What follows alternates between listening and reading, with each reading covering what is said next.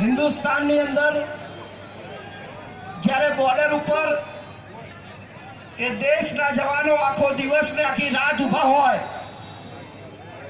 અને ત્યારે આપણે રોકો રાત્રે સૂઈ શકીએ ને રોટલો બનાવીને જમી પણ શકીએ, એ દેશના જવાનો આ દેશની 125 કરોડની જનતા માટે જ્યારે જ્યારે પણ શહીદ થયા છે ત્યારે ત્યારે એને સેલ્યુટ કરવાનું મન થયું છે.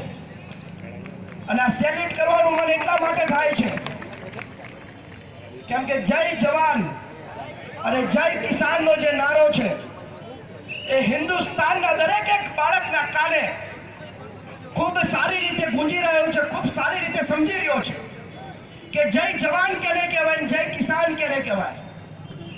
આજનો જે આપણો કાર્યક્રમ છે, જે શહીદો થયા છે દેશ માટે, જે શહીદો થયા છે એના સમાજ માટે, એ તમામને ખરા દિલથી પ્રાર્થના કરવાનો, શ્રદ્ધાંજલિ આપવાનો આજનો આ સમય આ નિકોલની અંદર થયો છે.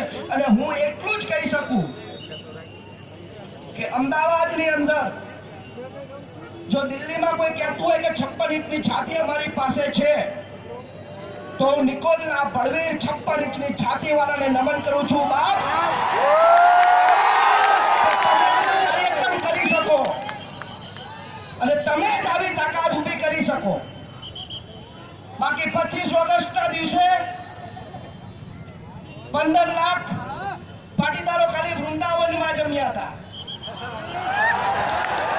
આઈ સેલ્યુટ, ફરીથી એકવાર નિકોલના પાટીદારોને સેલ્યુટ છે. 2 મિનિટ. આજનો જે મુખ્ય કાર્યક્રમ છે કે આ લોકોને શ્રદ્ધાંજલિ આપવાની છે. મેજર રામાયણ અને ભાઈ ભગોદરિયા સાહેબ જે છે એને આ દેશ માટે પોતાનો જીવ દેશની સુરક્ષામાં સમર્પિત